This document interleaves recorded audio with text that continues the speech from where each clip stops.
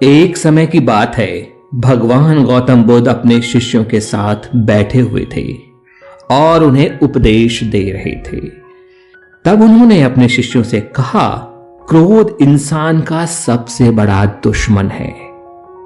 क्रोध करने वाला व्यक्ति खुद को हानि पहुंचाता ही है, लेकिन दूसरों को भी हानि पहुंचाता है।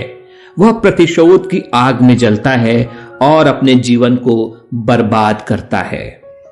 उनके उपदेश खत्म हो जाने के बाद उनके शिष्यों में से एक शिष्य खड़ा होता है और उनसे बोलता है, तू एक ढोंगी है, तेरी बातें मनुष्यों के रहन सहन के विपरीत हैं। तू जो कहता है उसे अपने जीवन में अनुसरण नहीं करता और दूसरों को यह सब करने को कहता है।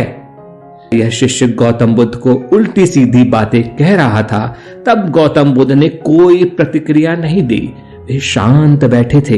लेकिन ऐसे में वह व्यक्ति और भी ज्यादा गुस्से में हो गया और गुस्से में आकर उसने गौतम बुद्ध के मुंह पर थूक दिया। इसके बाद भी महात्मा गौतम बुद्ध को गुस्सा नहीं आया और वे शांत थे। उन्होंने अपने चेहरे से थूक को पोंछा, वह चुपचाप बैठ गए। यह सब देखकर उस शिष्य को समझ में नहीं आया कि वह क्या करेगा। गुस्से में आकर वह उस जगह को छोड़कर चला गया और अगले दिन अपने घर पहुंचा।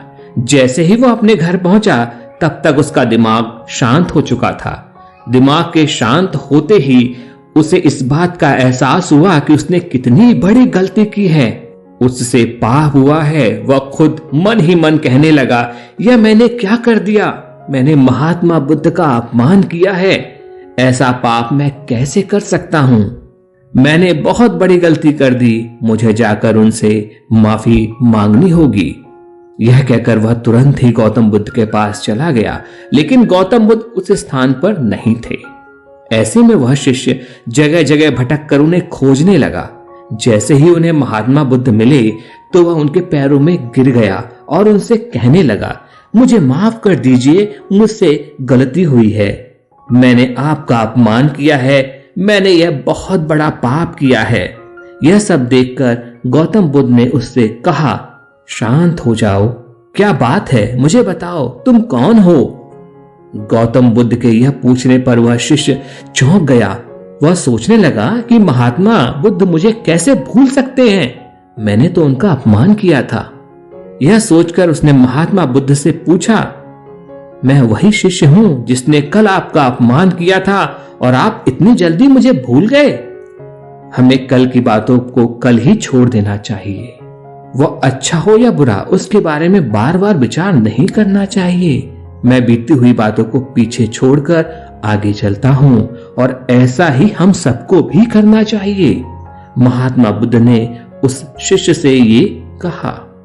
महात्मा बुद्ध की ये बातें सुनकर वह शिष्य और भी ज्यादा प्रभावित हुआ और उनसे बोला, मैं आज से आपकी हर बात पे माना करूंगा।